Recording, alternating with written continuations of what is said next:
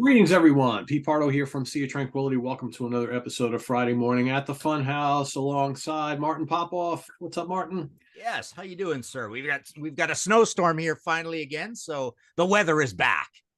We've had no snow here. I mean, Yeah, they're talking 55 today, yeah. and we've had a lot of rain, a lot of rain. But I think tomorrow it's going to get cold again. And I was looking on the extended forecast, and I don't see any snow anywhere. So everybody who lives around here is grumbling because they want to go skiing, they want to go snowboarding, snowmobiling, and you can't do any of that yet. So I don't know. But you know how it's going to go. February is going to come, and then it's going to be murder for like 2 months. So Yeah. nonstop. Finally, we have different weather. It's so bizarre how we have the exact same weather usually. So Yeah, absolutely. Well, but we'll catch up. We'll be similar before you know it. Once again, I yeah, think. yeah.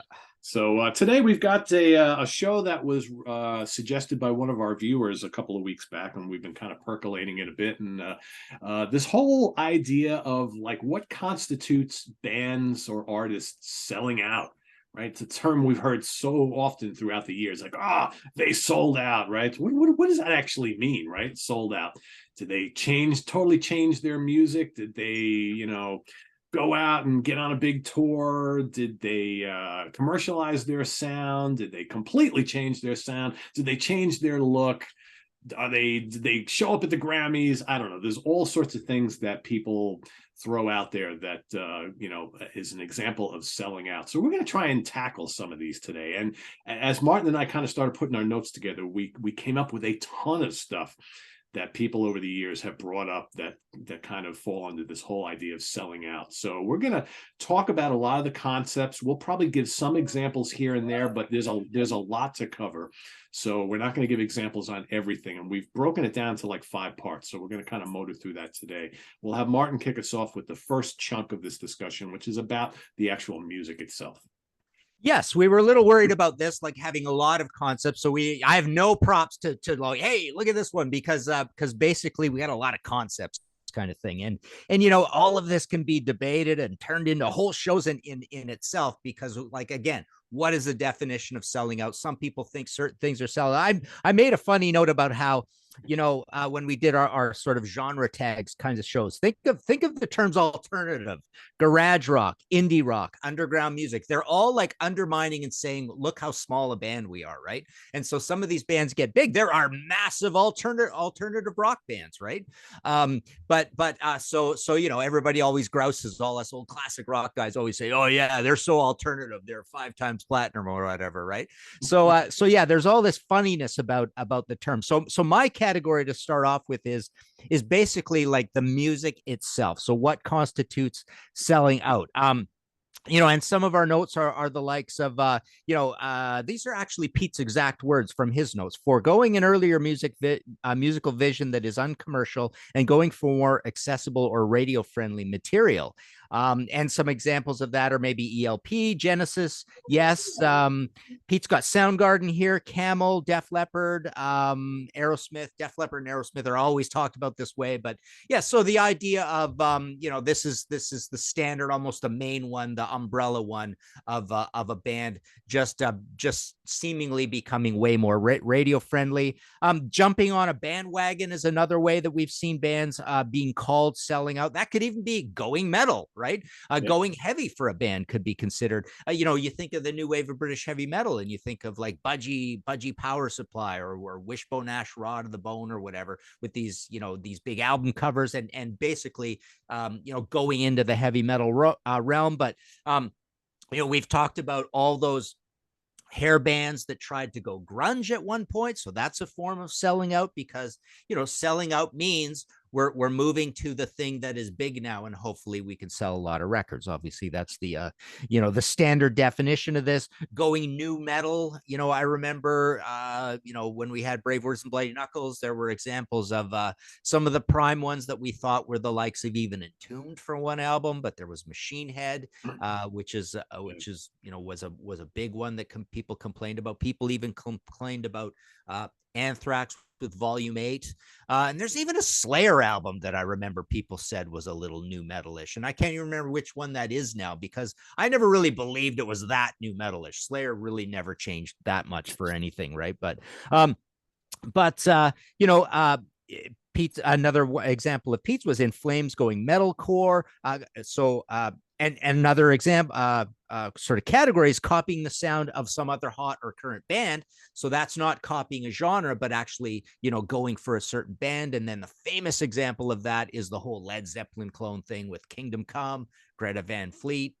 Even when David Cover version does a little bit of that as well along the way, apparently. Cover songs to get a cheap laugh, to basically have the idea of we can't get a hit with our own songs. So this is a form of selling out for sure, because it's the idea of having, and this bleeds into the idea of novelty songs as well. So anything that's designed to get a cheap laugh, and frankly, I think covers is trying to get a cheap laugh. The idea is that here's something familiar. We're not going to spoon feed you one of our new compositions. Obviously, there's the tacit understanding or thought that maybe these guys can't write songs as good as the song by this other band that we're covering.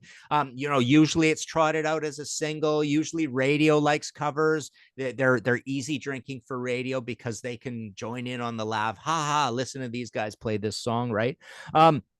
Another example, and as in this music umbrella thing is the idea of this is a little more subtle, but the idea of a famous marquee producer being brought in, whether it's Mutt Lange or hair metal has a lot of examples of this, where the producer's kind of a superstar. He's paid really well, and he kind of imposes his sound on them. So here's a band selling out their identity a little bit to the producer, and the label, acquiescing to the fact that the label asked them to work with this producer. Again, implicit that you guys are too stupid to make a good album on your own. You need a big outside guy to help you make this album, kind of thing. Ballads, power ballads, all the same sort of thing. Something that started in the 70s. So this is the idea of a radio wanting something a little more easy listening. So if you're a heavy band, you'll go and make a mellow tune.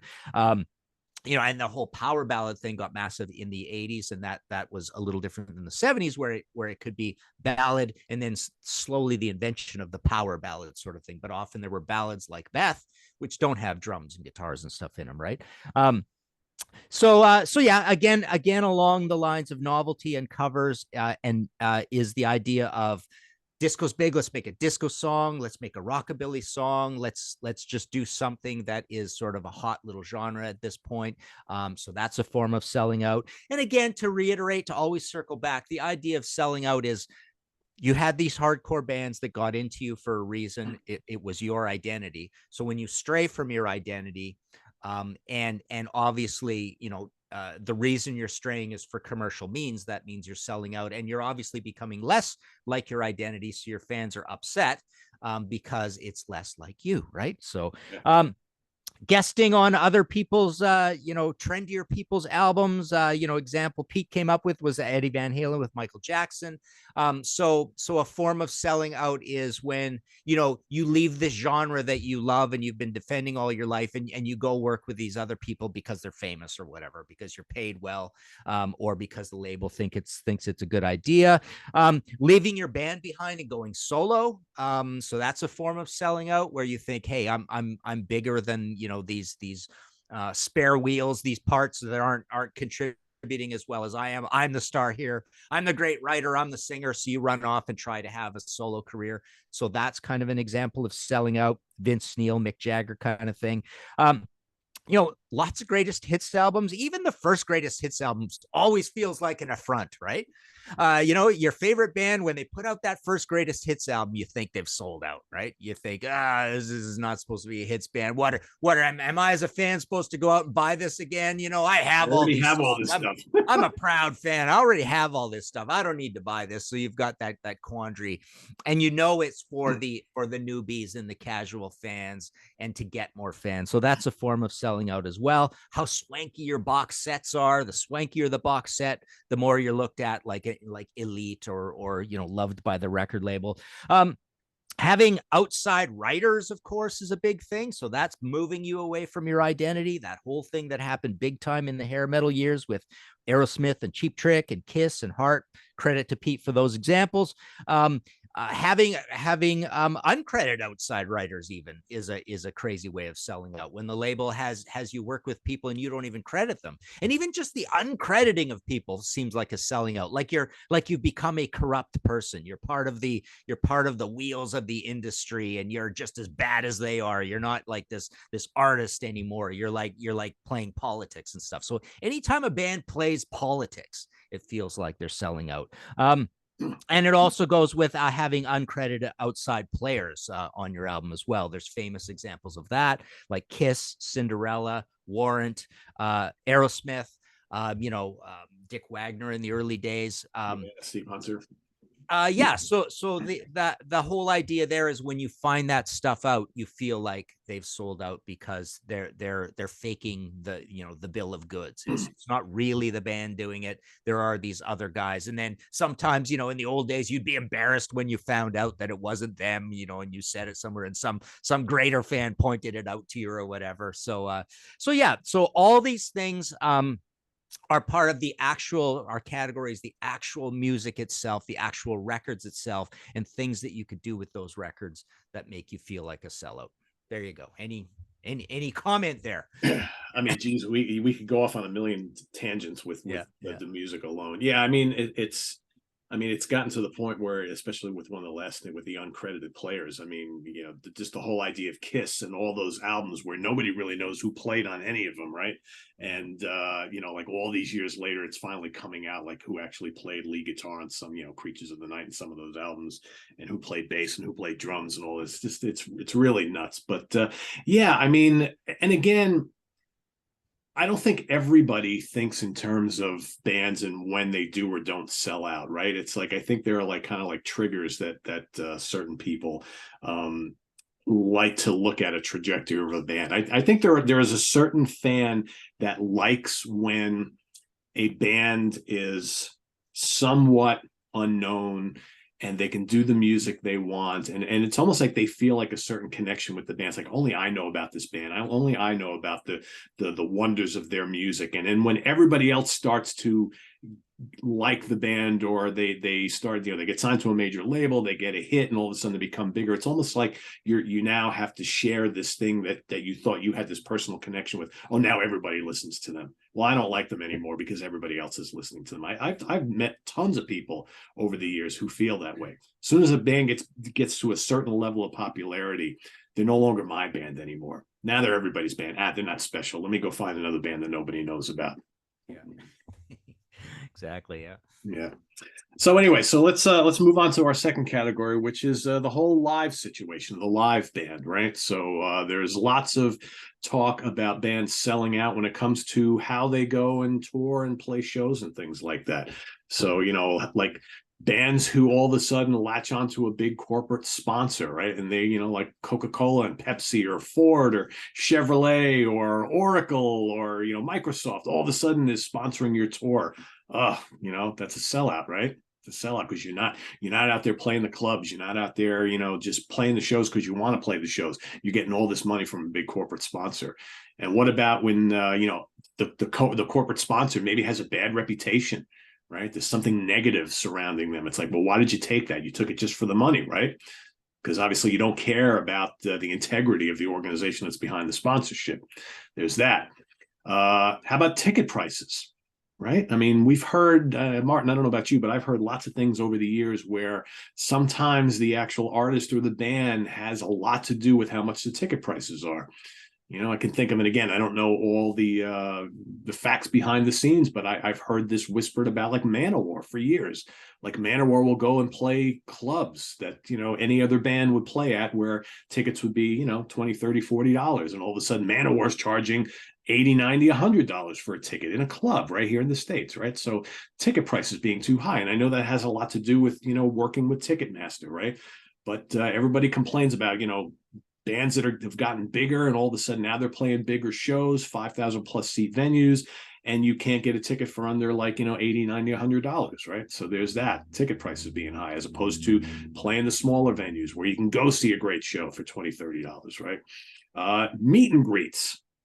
right? I mean, this has been something that we've seen a lot of in more recent years, where you can buy a ticket to a show that's maybe fair to moderately priced, right? But then there's also the meet and greet. And the meet and greet's like $100, $200 just so you can go and meet the artist or the band for 2 seconds to get a signature on something, right? And that's gotten out of hand. I mean, I've seen some ridiculous prices for meet and greets. What else we got here? How about these massive shows, right? These huge shows that are these big spectacles, and that maybe the actual spectacle itself overshadows the performance, right? I've never actually seen him live, but I've heard people talk about a Roger Waters event couldn't be a little bit like that. It's just this ridiculously large production and whatnot. Maybe Kiss was accused of that for many years, right? There's been plenty of bands who go out and do this just gigantic stage production, and they charge a lot of money for that. And sometimes it becomes, what are you paying for? Are you paying for the big production, or are you paying to hear and watch the music, right? Having a pretentious show, right? Political screen images, really artsy designs, things that are kind of taken away from the music itself. That could be looked at as a sellout. Here's one that we have plenty of bands that I think have been guilty of over the years. Too many live albums. Big, long, rambling live albums. The DVD releases for every tour, to the point where you've got all these live releases, and are any of them really any that different from each other? They all may be really good, but do you really need them all? Iron Maiden comes to mind. I mean, Iron Maiden's got a million live albums and DVDs and Blu-rays. Rush has got a ton of them. The Rolling Stones, seems like every other year we get another Rolling Stone live package, right? When is too much too much? And is that just trying to get yourself out there to a ridiculous extent, right? How about getting on a big tour package? I mean, this, I think, really plays well on the metal side of things, where you have some of these smaller, more underground bands who all of a sudden now are on every metal big tour package. Like Children of Bodom comes to mind, right? On Gigantor a bunch of years ago. Children of Bodom, were a good underground band, and all of a sudden they're appearing on every tour. Amon Amarth is another one. Or how about, Metallica? Back in the day on the Monsters of Rock tour, Metallica were kind of up and coming at the time, but they were still kind of an underground band. Now they're on this big tour with Van Halen and Scorpions and Dokken and so on and so forth, right? And to that extent too, how about the extreme metal bands, the real underground bands? All of a sudden we're popping up on every Ozfest. And Ozfest is like a big corporate sponsored tour, right? So is that selling out, right? Is playing festivals selling out? I think, and this is the interesting thing, because there are people who will accuse the smaller bands of, when they do get added to a festival, of selling out. Yet for the bands, it's a way to get more exposure, because the bands want to be more successful. So is that really selling out, wanting to gain more exposure to your music and to your band and your brand, right? Being a headliner and having a trendy support band is another one. I mean, I think we've all accused Iron Maiden of doing that for years, right? Iron Maiden would bring out the latest and hotshot new darling of the metal scene or the hard rock scene, and people be like, and why? Or Ozzy, it's like, well, is that selling out, right? Or is it's just bringing along the latest and greatest thing to maybe help your ticket sales? Playing the Super Bowl and other sports events, the Olympics, right? How necessary is that? Well, it gets you in front of a lot of people, both on TV and there and live, right? Lip syncing, faking the show, having your, backing tracks going on, maybe a keyboard player or a second guitarist behind the stage. I mean, we've seen it with Ozzy. We've seen it and heard it. Again, how much of it is actual fact, we don't know. Kiss, Black Sabbath, we've heard lots of rumblings about it on the current Wasp tour. Motley Crue's been accused of that. Rat, Bon Jovi, Whitesnake. I mean, we've heard all this stuff about what are we actually seeing live on stage? How much of it is actually the band playing everything live right there? How much of it is pre-recorded backing tracks, or someone playing something behind the stage, or singing something to the side of the stage? How about touring constantly, year after year after year after year, and never putting out new music? And does anybody care, right? Is it considered a sellout when you just kind of rest on your laurels and make it a nostalgia act and just go out and churn out the same 13, 15 songs on every show, on every tour, year after year after year, and never put out new music? I mean, you got bands who still go out there on the concert circuit every year, like, Foreigner and 38 Special. They haven't put out anything in many, many years. And then do the fans even want to hear the new music? That's another thing. I mean, there's all sorts of other elements that come into play here, like going and, the new thing now is to go play shows in other parts of the world, like South Africa, Dubai, Saudi Arabia, Russia. You play these big shows there that again are sponsored by, a lot of money. Is that kind of selling out? Again, you're getting your band out in front of lots and lots of people, but is it a sellout? Going out there and playing your entire album, one of your classic albums in its entirety, right? Which is kind of like the thing to do, especially for the classic bands, the older bands. Is that selling out? And how about never playing deep album tracks, right? And we talked just a couple seconds ago about bands that kind of crank out the same show year after year after year, the same songs. Well, could it be a sellout if you don't play any of your great deep album tracks that maybe a portion of your audience really wants to hear?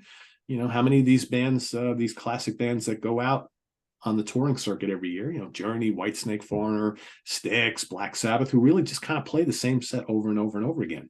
Is that a form of sellout? Could be. What do you think, Martin? Any comments?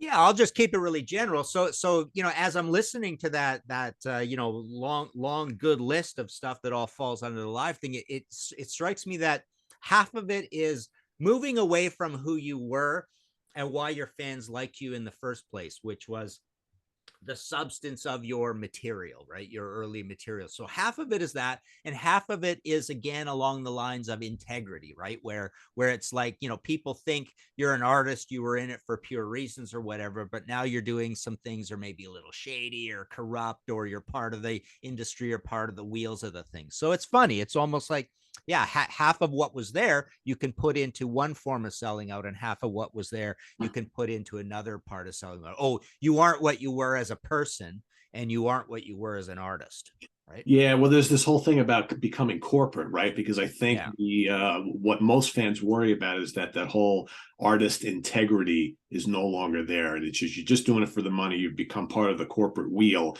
and you just all of a sudden that band or artist just becomes like everybody else out there, right? Yeah.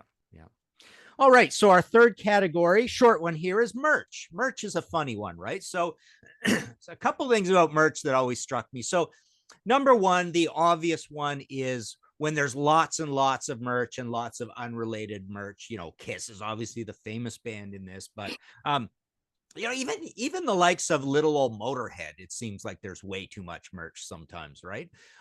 When there's dolls and hot sauces and just all sorts of different product categories, that seems like a sellout. It's like literally a type of sellout. It's literally saying, to your fans, we don't have to make music for you anymore. Just go buy the just go buy the mouse pad. That's that should make you happy enough because we're such a great band, right? Forget about it. The brand is more important than the music. Exactly. Now, right? Yeah. Like, you don't, how dare you ask for 10 new songs from us, right? Go buy this instead, right? I gave you an action figure last week. What more do you want, right? Exactly. Yeah. So, and the other just funny story about merch is when you actually go to the merch table with some of these bands. Well, I've got two more things to say, but when you go to the merch table, sometimes it's kind of charming when a band has crappy merch and it looks like it was kind of made in-house by their buddies or whatever. I remember going to see UFO in the early 2000s in Buffalo, and just like the merch was horrible looking, and they had only one or two things, and it was just sort of funny looking, and I was more amused rather than the fact that I couldn't buy any merch, right? But sometimes on the other end, you go to a show and they've got 50 different t-shirt designs and it covers every era, so they brought all their stuff. It's not Iron Maiden.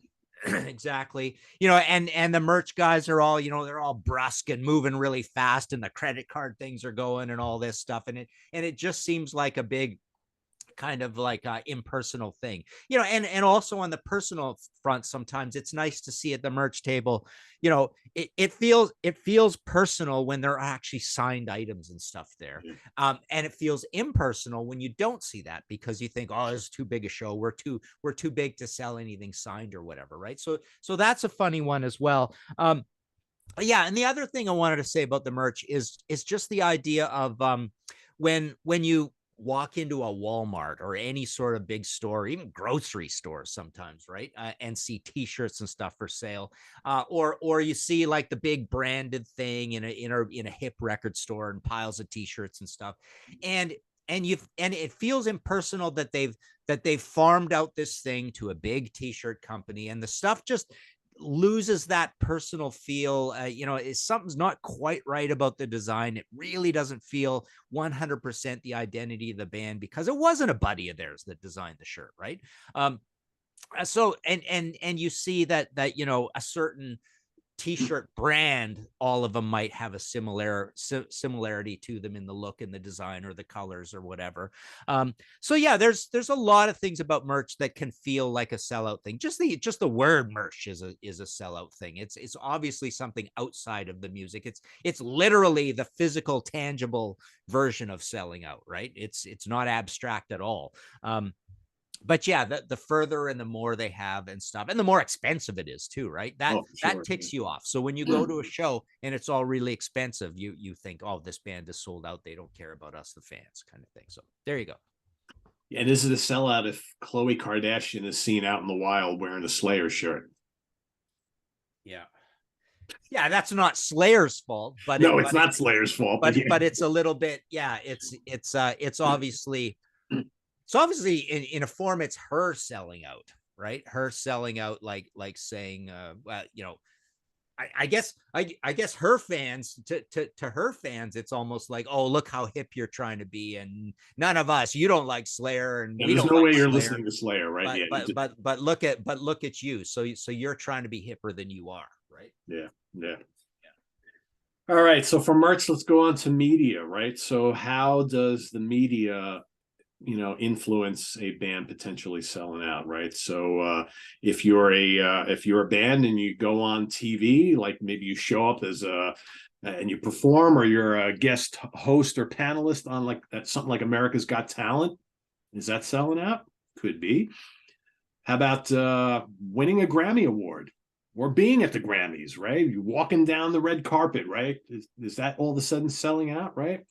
If you play the Grammys and maybe you go up on stage and you join Taylor Swift on stage, or you play a song with Lady Gaga, or any kind of like, pairing with some other like pop star, if you're a rocker, is that selling out? Could be. Again, to the artist, that may, well, we're on the biggest platform that we possibly can be on. But for your casual fans or your hardcore fans, that may be selling out, right? How about showing up at the Rock and Roll Hall of Fame induction ceremony, right? Whether you're nominated or you're winning or not, right?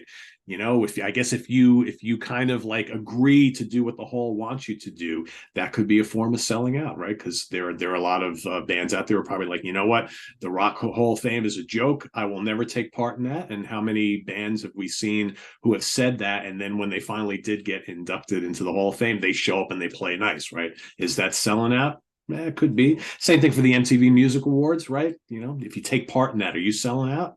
Who cares about videos anymore, right? And why take part in that at all? The VH1 Awards, right? That it really is like not of much importance anymore, not like it was in the 80s and the early 90s. If you get asked to be a presenter, right, or to moderate one of these shows, does that constitute as selling out? Then there's this whole thing, that rock star supernova, this kind of like band that was created. Ted Nugent was involved. You get involved in something like that, this kind of media band creation, is that selling out?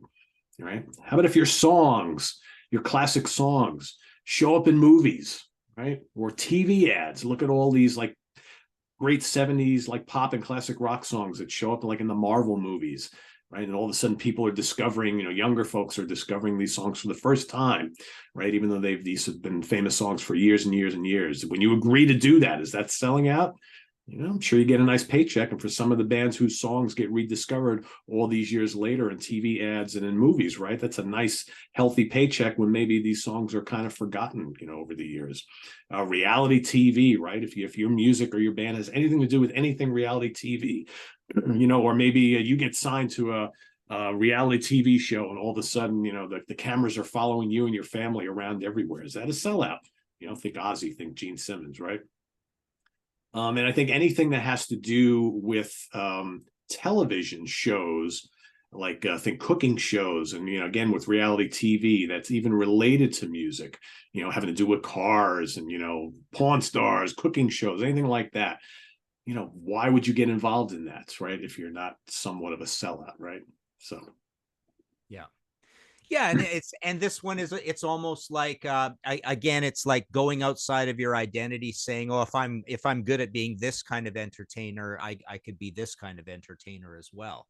So that seems to be part of it. So yeah, getting outside of your identity, thinking you're too big for your britches, thinking you're part of the elite now, sort of thing. All these thoughts swim through your mind as you see, Metallica up there. I don't, who was up with Lady Gaga? I can't even remember. Maybe it was Metallica. I think it was Metallica. Yeah. Yeah. So It was Metallica. yeah. So all these things, all these things go through your mind. It's just like, oh, look how far they've gone. They're now part of this sort of thing, right? So yeah, and I think also too, Martin, there's this whole thing, when we were young and growing up, there was a mystique about rock stars and, music stars in general, that, you never really knew too much about them, right? You know them up on stage playing the music, and that's about it. Maybe you read some stuff in magazines about them, interviews and things like that, but that's about it. You really didn't know the essence of who they were. And now when you have all these, rock stars and music people who are taking part in reality TV and all this other stuff, it's like all of a sudden now we know too much about them, and that the whole mystique about them is kind of gone, right? It's like, do we really want to know all of this, who they are? Do we really want to hear them talking and interacting with other people? And it's like, well, so now all of a sudden they used to be bigger than life, now they're really not anymore. It's like, so it's kind of like, I think it's like shaking the foundation of the mystique of the kind of the rock star, so to speak, a little bit. all right, our last category is just basically image and fashion and stuff like that. Like you think of the famous, the back cover of Queensryche, Rage for Order. We all of us fans were up in arms looking at that, because it looked like they were, it looked like they were kind of aligning themselves with the New Romantics, but it also just looked like they were now rich people, and they were going to hang around with rich people and look like rich people. And it was just an innocent photo shoot. It was just an ill-advised photo shoot, right? But then you think of, Metallica and cutting their hair and having a little bit of eyeliner around that notorious load period. That's them selling out, saying, tacitly saying, metal is uncool. We don't want to be part of that anymore. We want to be part of this wider world with other bands, and we're now this other kind of music. Everything we told you about us in the past is wrong. We're changing now. We're something different. That isn't us anymore, sort of thing. You think of the infamous Judas Priest Turbo photo shoots and stuff, when the reds started coming in with the sequins and a little less black, and then they had the curly hair and the perms and stuff like that. A little bit of makeup as well. I even think of our, good old Canadian band Tease, when they talked about when this was happening to them. Oh, you got to go new wave. And so, they had clothing. I've had 5, 6, 7 bands talk to me about clothing consultants. All of a sudden, whoa, the label's having us talk to a clothing consultant. What is that? Well, let's find out. Here he walks in. Oh, you got to wear this. You got to wear this. You got to wear this. I want you to put this one on. You to put this one on. And of course, it's always the bass player who's always whinges the most about it, because he's the guy who's got the face like a welding bench, right? He's the guy who doesn't want to, that looks the stupidest in all this, right? And those are funny stories as well, when people say my body type is not this. I'm more of a linebacker looking guy. I'm going to look ridiculous in this, right? So. But you think of, so you think of eyeliner, makeup, you think of all those hair metal clothes. I think of Helix, Helix and Motley Crue both went through the same thing at the same time, kind of thing. Then you think of, they take it to the extreme and actually have fashion lines and stuff like that, right? They have clothing lines. You think of Lenny Kravitz even showing up to fashion shows and being there in the front row along the runway. Is that a form of selling out? It's like, oh, I thought you were a musician, and now even you are more about the look. What we loved about you before is you didn't care what you looked like, and now it seems like you're preening and prancing, and you're all really all about the look, sort of thing. But yeah, just a couple other things about image as well that always kind of bothered me. Like, I suppose Alice Cooper sort of started this out. And I remember in the 70s, he did get some stick for this, like going on the TV shows all the time, hanging out with movie stars, comedians and stuff like that. Soon as you do that, you are going out in the world, and now you're part of the world and you're part of the mainstream, right? And so at that point, you become less of the dangerous Alice Cooper on stage sort of thing. And then later on, the band with Johnny Depp and all that, and Joe Perry's there, and that sort of thing. Even the infamous reason that there were Hollywood vampires was literally hanging out with these other guys, right? Bernie Taupin and Keith Moon and Harry Nilsson and stuff, right? So and then other things is it's funny when you see bands, when you see artists, and I understand this, it's a fascinating concept, but when you see artists that that are so big that they got to watch what they say in interviews, so they start becoming really, really safe and politically correct and make sure they don't say anything wrong, right? And then one thing that always bothers me that feels like part of this image thing is so many bands. It's amazing how X band, Y band, Z band is your favorite band of all time or whatever. Oh, I love those guys. I play them all the time, right? Because you're kind of doing them a favor by being this massive rock star, name checking that band. So name checking cool bands happens a lot. But I've even noticed, and it's interesting to see that you see, like when you interview some of these massive bands later on in life that they've been famous for 30 years or whatever, you really do see them speaking way more conservatively because they know that out there, when this quote gets out there, people are going to hang on their words, and it's a big deal. So they all have to realize. I've even noticed that with the AC/DC guys, which you think of like these really salt of the earth guys, but you definitely notice that they will even be careful with what they say. Because they know what they say is so huge. And I've heard people talk about Brian Johnson that way. Like, Brian Johnson's a great guy, but a couple of guys have talked about, who was it, in interviews that were buddies of Brian Johnson, saying that yeah, he's just got to be so careful with everything, because it's everything he does and everything he says makes news. So you just got to be careful with what you are. But that's part of image as well. But yeah, that's kind of all I had under this image thing. I don't know, any additions there? Well, I mean, I really like what you had to say about the whole watching what they have to say in interviews. I mean, we've seen it a lot of late. So, like, a lot of these rock stars, they go and they do interviews, either print interviews or, video interviews. And then you have the various media outlets who will kind of misconstrue and twist around what they actually said. I mean, we've seen some things recently. I saw a couple things just last week, Mike Portnoy, and there was the whole Dee Snider, Todd La Torre thing, where words kind of get twisted around because it creates controversy, right? And controversy creates clicks.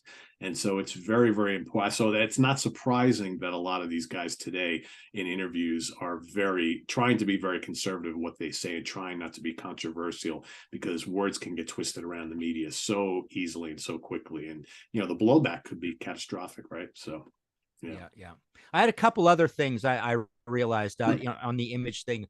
I touched on it a little bit earlier with bands going heavy, but you think of even having garish album covers, like the whole Abominog or Born Again thing, that's kind of a selling out thing in itself as well, and it's part of this image thing. Although it's not clothes, it's album covers, but it's not music either, and it's not merch either. In a certain way, it's literally, well, it's kind of merch, but basically saying, we're gonna, we might have been subtle and artistic in the past, but now we're just gonna, hit you with both rounds. It's like, we're going for the kids, right? We're going for the cheap laugh. So all those things.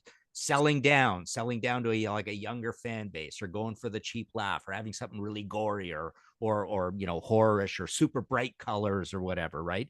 And then I also thought there were other subtle things, like I remember, you know, I would interview Megadeth, and they'd talk about, oh, we used whatever that super famous photographer was for our photo shoots and stuff. So you see a fancy photo shoot. I guess this comes back to our Rage for Order story, but Yeah. you see a fancy photo shoot of a band, and it's like, oh, they're all proud that this famous photographer shot them. So fancy photographers, fancy cover artists. You know, when you use the trendy album cover artists, when you use the trendy video artist, when videos were massively huge.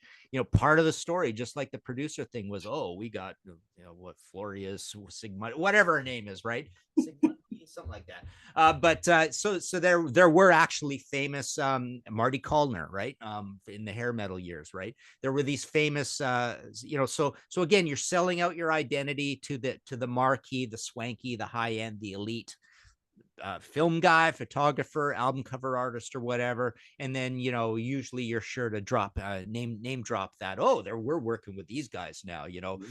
How dare you think we're going to come out and meet you at That famous show. director did our last 2 videos. Woo-hoo. Yeah. We're, you know, we're not going to come say hi to you at the next show, because we now have famous people that we deal with before and after the show, kind of thing. Yeah, exactly. Yeah. So, in kind of like, I guess, summarizing all this, you know, should any of this stuff be called selling out? I don't know, right? I guess that's still up for debate, and or is none of this actually selling out? And, you know, should we look negatively at any artist wanting to kind of further their music and make money, right? I mean, because I think it would be nice to think that all of our favorite bands and artists just did it just for the art of creating music, but, you know, you got to make a living, right? And there's lots of different ways to do it. I mean, it is just being successful, you know, going double platinum on an album? I don't know. Is signing a major label deal, is that selling out? I mean, that's, you know, that is the ultimate goal, I think, for every band that ever got put together, right? They want to get a record deal. They want to be successful. I mean, I think, like, being on a smaller label or even independently releasing your own albums, that basically allows you the artistic freedom to do just about whatever you want. And, you know, a lot of times when bands go and get that big label deal for a lot of money, they're under the label pressure and scrutiny to create music that's going to make money, that's going to appeal to the masses, right? And that's what it's all about. But a lot of, like, hardcore fans, once a band gets to that level, it's like, you know, they've sold out to big corporate now. So I don't know. You know, a really good point. You know, the label thing's kind of funny, because you think of stories like the awkwardness of Slayer moving from Metal Blade to Def. I guess it was Def American at that point, or whatever. Or you think of, like, Metallica having to make that step away from Marsha and Johnny over to Elektra. Yeah. So part of you know, a version of selling out is that awkward transition where your buddies and the people that got you there, you're kind of telling them you're too small to take us to the next step, right? So you're saying you're inadequate in a way, right? And you know, what does that do to your friendship, sort of thing? And do you kind of all agree? And are you happy for your friends leaving you and going on to the next step and stuff? So that's kind of a form of selling out, as well as leaving your buddies, right? Yeah, I mean, absolutely. And, you know, one of the things, just to kind of circle back on the whole music aspect of it, you know, like, I'll bring Rush, I think, is a perfect example here. So Rush, throughout their career, has kind of, like, you know, changed their sound periodically. They have all these different eras. So, like, is a band like Rush, when they're moving away from their really heavy and progressive 70s sound into the 80s, into much more less guitar driven music and more kind of synthesizer driven music, and very kind of stylish with the times of the 80s, you know, is that really a sellout? Or is that just the band just kind of like, you know, hey, we need to mix it. We've been doing this for X amount of years. We need to mix it up a little bit and do that. And then into the 90s, they, when kind of grunge was happening, and they decided to, well, maybe it's time to move away from that 80s keyboard driven sound and go back to playing guitars and get a little grittier again. Is it really selling out? Is it really following trends? Or is it just, does Rush, basically doing whatever they wanted to do? Metallica also moving away from thrash metal into much more hard rock and mainstream metal sounds. I mean, yeah, but you have other bands. I mean, you mentioned Slayer before. Slayer basically did Slayer's music throughout their career, right? I mean, some people could argue that they maybe touched on a little bit of death metal at times or a little new metal at times, but basically Slayer was always Slayer. Iron Maiden has always been Iron Maiden, right? They kind of stayed true to their vision. So I think like sometimes people want bands to sound the same always or similar, true to their original sound, and any deviation from that is listed as a sellout. Yeah, that's a great point, because, in Rush's example, it's like maybe selling out is keeping your same sound, because they're taking a risk doing that as well, right? And then you think of the bands that have a sound, they go away from it. When they come back to that sound, we all grouse that that's selling out, right? Like coming back to your old sound is like, oh, you're just going back to that because you think that's going to make the most money and stuff. And like, well, you probably didn't want us to change in the first place. And here we are going back to something that's a more of a traditional thing you expect from us. And now you're mad at that too, kind of thing, right? So yeah, it's like catch-22. Yeah. Yeah. So maybe just even sticking with your own sound could be a form of selling out, or coming back to your sound can be a selling out, or when it looks like Rush is doing something that is a little more current, it's like, well, that's probably more of a risk for them than anything, right? They could have just stayed with what they were doing, and people would say, oh, you're just sticking with what you're doing because just bring in the cash, just give us the same album over again all the time. It works. You have no, you're not growing in any way or whatever. So yeah, a lot of reasons to complain about all this stuff, right? Yeah, no, absolutely. Absolutely. So there you have it, everybody. The whole concept of selling out. And if you think we've missed any points, put them in the comments below. But I think we've kind of laid out quite a bit here for you to kind of chew on and toss around. So, Martin, what's going on your end? Any new books happening, or new podcasts or Contrarians episodes? Yeah, so we've got History in 5 Songs with Martin Popoff podcast. So that's straight audio. That's every single week. You can get that on like 40 platforms out there or whatever. We've got the Contrarians video show, where there's always stuff coming out. And all my books are at martinpopoff.com. Of course, I sign them, send them out. There's PayPal buttons for everything. The big one there right now, and it's doing pretty good, is the Pink Floyd Dark Side of the Moon one. I ran out of that again, but I get more on Monday. So I've got a bunch of orders to fill for that. So yeah, martinpopoff.com for the books. Cool. Coming up here on the channel, we've got the UK Connection coming back at you tomorrow, where we will be ranking the songs on a classic album. That classic album is Wasp's self-titled debut, so stay tuned for that tomorrow. And then Martin will be back with us here on Sunday, as we will be ranking our top 10 albums from the great Cheap Trick. So that's happening on Sunday, so stay tuned for that. And then we've got the return of the Hudson Valley Squares on Monday, and the Monsters Den next Thursday. So that's what you've got coming up here on SOT. Please subscribe if you haven't already, and click on the notification bell so you get alerted of all of our content as it posts. And please do hit that like button before you leave. So thanks everybody for watching. Have a great weekend. For Martin Popoff, I am Pete Pardo. Once again, want to rest in peace to Jeff Beck, Robbie Bachman, and Lisa Marie Presley. It's been a crazy week for Death's Frank Wyatt from Happy the Man. This has not been a good week for that. So rest in peace to all the great ones. And we'll see you next week here on Friday at the 4 at Funhouse. Bye-bye.